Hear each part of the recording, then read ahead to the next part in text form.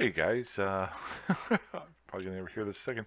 It's a real quick note. I just posted up a video a couple hours ago that was the wrong video. It was only like a minute long. So this is just an intro to the video that I meant to post up. Should be episode 7.1. So I'll talk to you soon. Bye bye.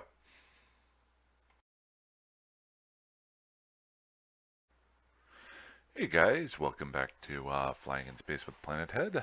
Got a couple of updates coming up here. If you've watched my previous videos, and I apologize for bringing this up every single time in the videos, but I like to do it so I don't get 1,000 comments from people saying, "What in the world are you doing?" I'm currently on an experiment and having a lot of fun with it, just like my old experiment of flying it as an alpha for 100 days. I'm currently doing an experiment of flying as a new character who can't use not wormholes, gates going from system to system. If you want to know more about that, please feel free to watch the rest of the playlist. I'm not going to fill up every video with that explanation. At the end of this video, I will always put a link to the playlist for the beginning going up to this point. I am learning a lot from it, and one of those things is due to my own stupidity in the last video that I made, that I explained where I got my exploration ship blown up in a system and can't get out of it, and trying to figure out a way to get back home, or at least get a, not home, I've actually found a home. Ooh, and that's part of it. That's part of the fix. So basically, before my last video, I had gotten my exploration ship blown up in a low-sec system that I was going to try and live in for a little while. And the low-sec system had a nice little setup. It's a Hrober out in the middle of inventory space. I'm not saying it's going to be my full-time home, but it has some nice factories. It also has the ability to research things, and it had the ability to buy some new blueprints, especially Minmatar blueprints. The thing I didn't realize was that it didn't have the ability to buy scanning equipment, which you need to go through wormholes. So I was trying to figure out a way, since I got my Heron blown up, how can I get out of here? And my first thought was maybe I could make a courier mission to get somebody to, well, my first thought was to break my own rule and go through a gate. It's like, nope, not going to do it. My second thought was, well, at some point I'm going to make a second character to this account. Maybe I could keep this account and fly around. And then the second character would be my exploration guy, who his ultimate goal of his role-playing goal would be to find this system, his brother in arms, and save him. Might still do that. It's kind of a cool story. But then I thought of it today, because I was trying to think of all sorts. I was even thinking about reaching out to the community and saying, "Hey, can somebody send me something?" Not going to do that either, because that's kind of cheating. So I figured it out, and it's going to cost me some ISK, but it's also a great learning tool, and that's where comes the title of this video. The mother, what is it? Necessity is the mother of invention. Can't believe I came up with that name, but it's going to be there. I'm going to try to work on better names for my videos. So how do I fix it? How do I get that scanning equipment? Well, you just saw it. Right here, oh, sorry about that. Before I get into that, I'm going to go over two things today and maybe a third. It all depends on how much time I'm going in the video, because I talk a lot. So here is my thought. Infomorph psychology, level 1. You can do that as an alpha. What does infomorph psychology do for you? Well, let's just click on it here. I just raised it up. We'll do a show info. Good. And basically it allows you one jump clone per level. Well, how does that help me? I just got it. I can't jump out of here because I haven't set up a jump clone anywhere else. If I'm not mistaken, and I'm not going to do it in this video because I'm kind of messing around and having some fun blowing some stuff up right now, as you saw in the last video. But I'm going to do it in the near future. You can create a clone. And let's just pull up Mr. William Pilgrim's account here. And you can create a clone. And pilot services, is that what I'm looking for? No, where's my interaction? Am I missing something here? Character. There we go. So you can create a clone, and then that clone you can access at any point in time. A lot of people use that, and I will probably be using it in the future.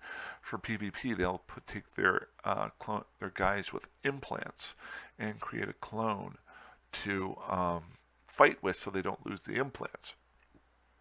What I'm going to do is create a clone in this system, and then I'm going to reset my home station. My current home station, actually it's already been reset. My current home station, if I get blown up, is back in the starter system that I was in Okeanovus 3. I think Okeanovus, I think I pronounced that right. Okeanovus 3. So I can blow up my clone, or I set a clone here and then self-destruct my personal clone right here, and it will reestablish my new clone in Okeanovus. Got it? So once I land there, well, how am I going to get that stuff to this system? Well, I am not allowed in my own gameplay that I'm trying to do here. I'm not allowed to fly here straight through gates, so I would have to find my way to it.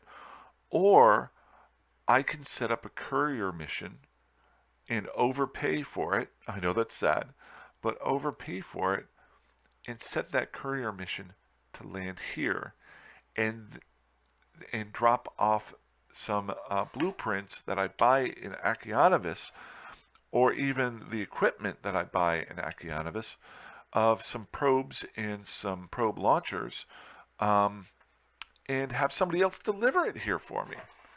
And then, whenever I want to, I can transfer back into the jump clone that was set up here in Hrober, and then I'll be back here, and hopefully at some point I'll have my stuff.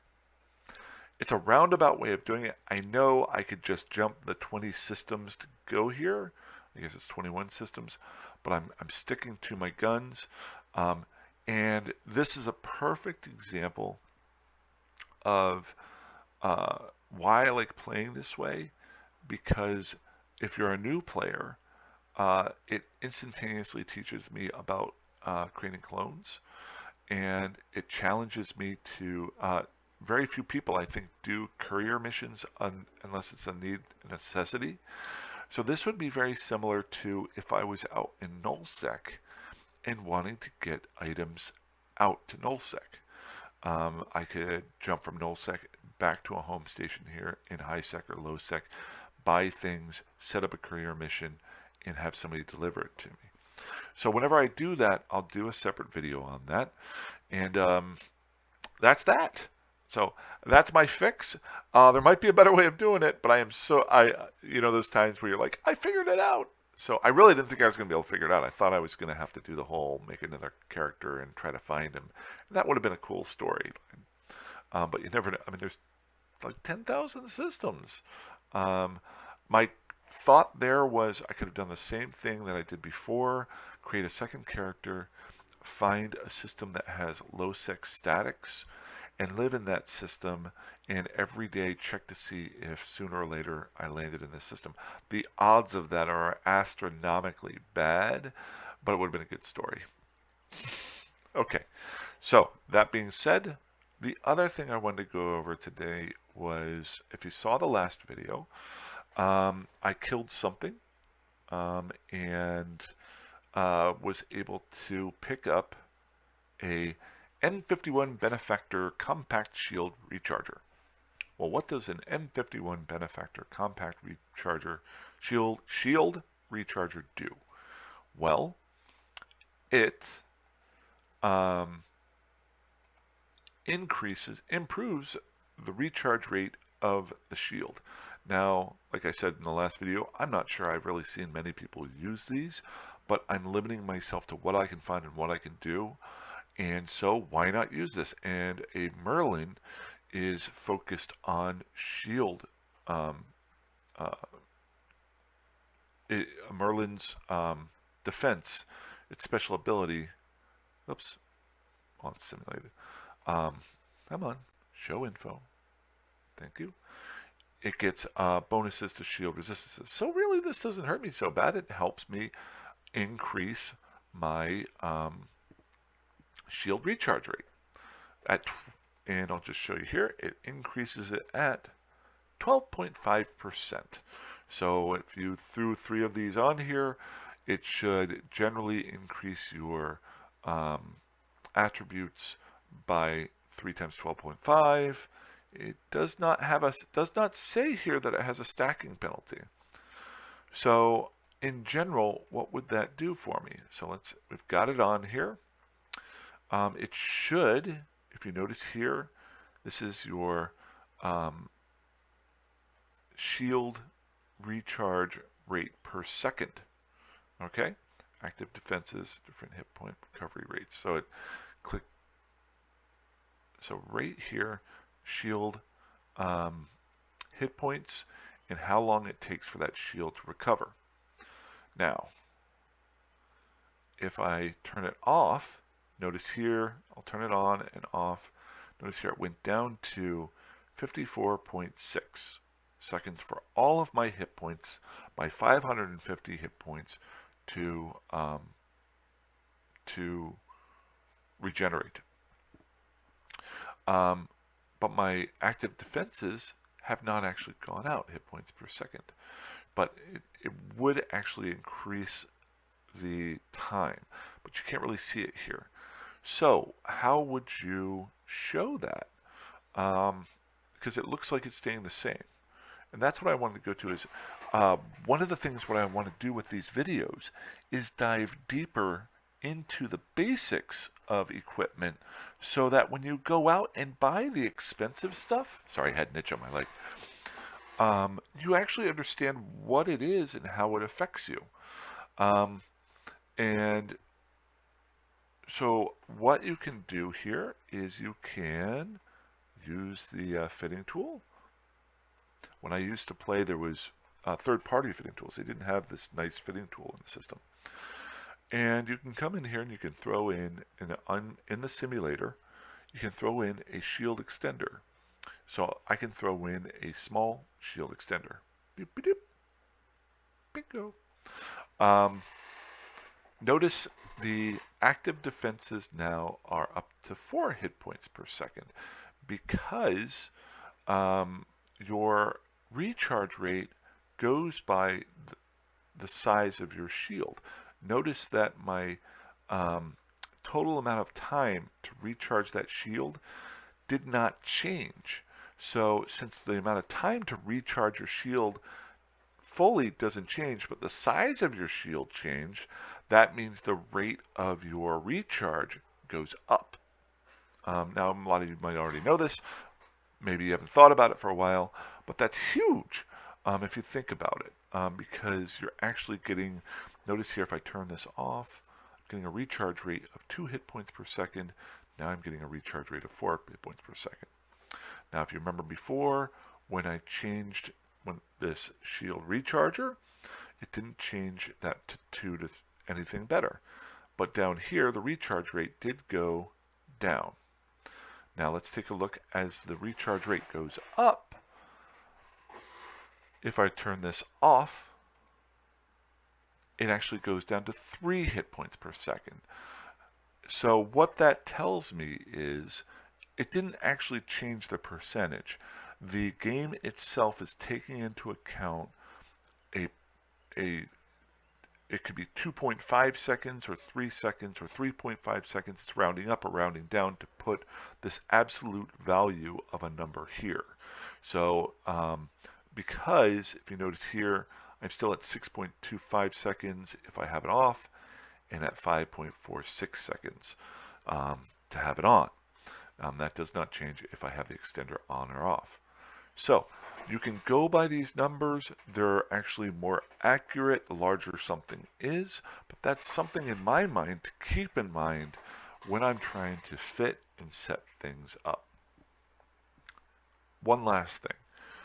You can be so fixated on fixing something or adding something to a ship that you may not recognize when it affects something else. 15 minutes. I can't believe I've talked this much. And that being that when I put on this shield extender, it's very important. Let's turn it off. One thing you want to keep an eye out for. It may not say it in the descriptions. Right here is your signature radius. So you want to keep an eye on everything that's here. And if you're just learning it, if you put on a shield extender, watch this.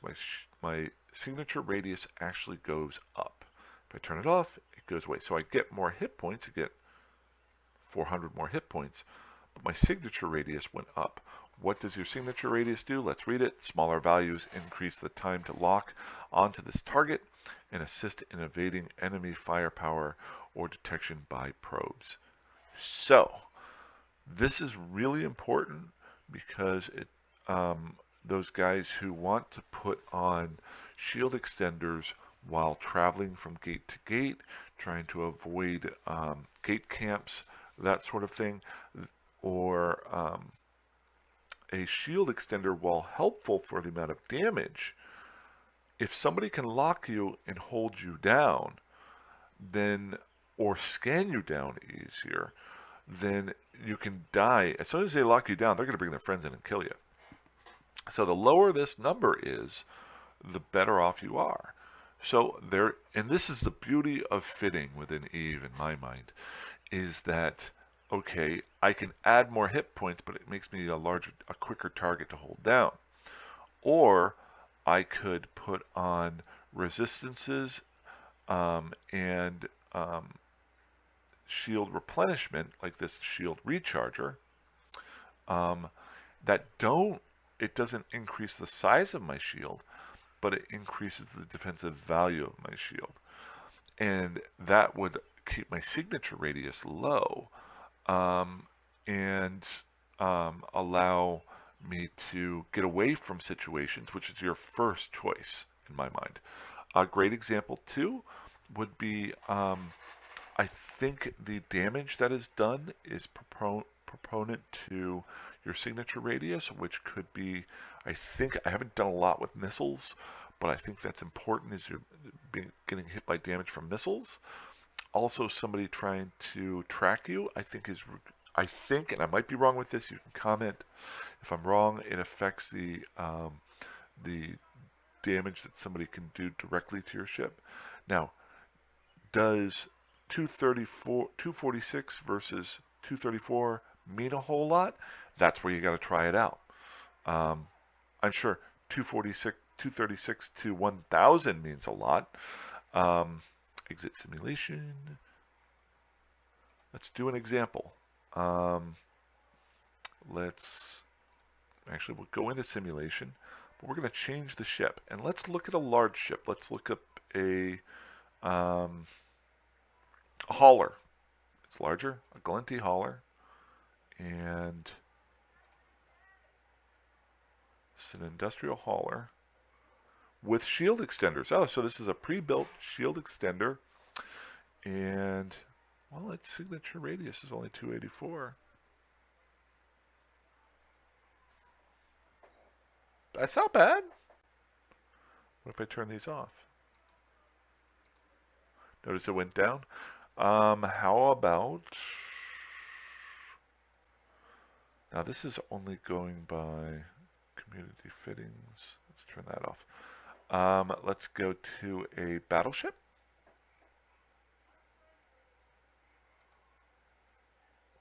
Let's just do, since I am Caldari based, we'll go with a Roke. I've never actually looked at one of these before. Simulate that ship. That one's up to 500 meters. So obviously, let's look at a Raven. A lot of people seem to like Ravens a lot. Simulate ship. That's 400 meters. So about 50% larger. So that tells me that a signature radius is actually very important. And I think there's things out there that can reduce your signature radius, that sort of thing. So there you go. I hope this helps. It's a lot of me talking, but I learned a lot by and remembered a lot that I'd forgotten by flying this way. The last thing I wanted to show you, just as a general, I'll probably go over the next one of the next two videos, is I did make a mistake in the last video, or I learned from necessity. Remember where I was talking about where with the Fusion S ammo, I needed some isogen to make it. I still need that. I bought that blueprint. But what I did do was I went out and bought 2 more blueprints that don't need any isogen. I bought carbonized lead, and I think I bought nuclear. I threw it into the hopper to build some stuff. Actually, I gotta remember to do that. Delivered. So the big thing there is, well, why, and I'll talk about this more because I want to dive deeper into the ammo side of it. Different ammo does different things. And there are plenty of videos out there that tell you about that. I'm just going to go in a general form. But as production-wise, when you're trying to live off on the lam like I am, I'm not running from a law or anything. I'm doing a survivalist thing. There we go. The fusion ammo, I was all distraught because I was trying to figure out how to get some isogen. If you look here, it needs 3 isogen. But if you look at carbonized lead, show info, it only needs titanium and pyrite, which are the 2 easiest ones to find. So I was able to build that. Now, both the carbonized lead and the nuclear, not going to make a President Bush joke there. Nuclear. If you get that reference, you'll laugh. If you don't worry about it. The other one here is the nuclear. It also takes pyrite and titanium. That type of ammo does a lot less damage than the fusion does, but it is also a longer range ammo. So I'll try to get to that in the next video there. That's about it for today. I'm not sure when I'm going to post this video. To be honest, right now, all I can think about is I really got to go use the bathroom. So, or I would maybe talk a little bit more. You didn't need to know that. All right, guys, fly safe, fly dangerously, fly however that you want, and I hope you're enjoying and having fun. I might also get into, I've been trying to watch some of the Eve event videos that are going on where they got together in Iceland. They might still be there, I'm not sure. I've only been able to watch about half of the keynote show, but I want to watch the other ones that are out there. They usually film them. I've learned a lot from those in the past when I used to play, so I'm interested to see what updates are going to do and what has happened. So if you want to, look those up on YouTube. Just watch I don't care if you watch my video. Watch those. Those are more important. All right, have a good one. Fly safe, fly dangerously, fly however that you want, and I'll talk to you later. Bye-bye.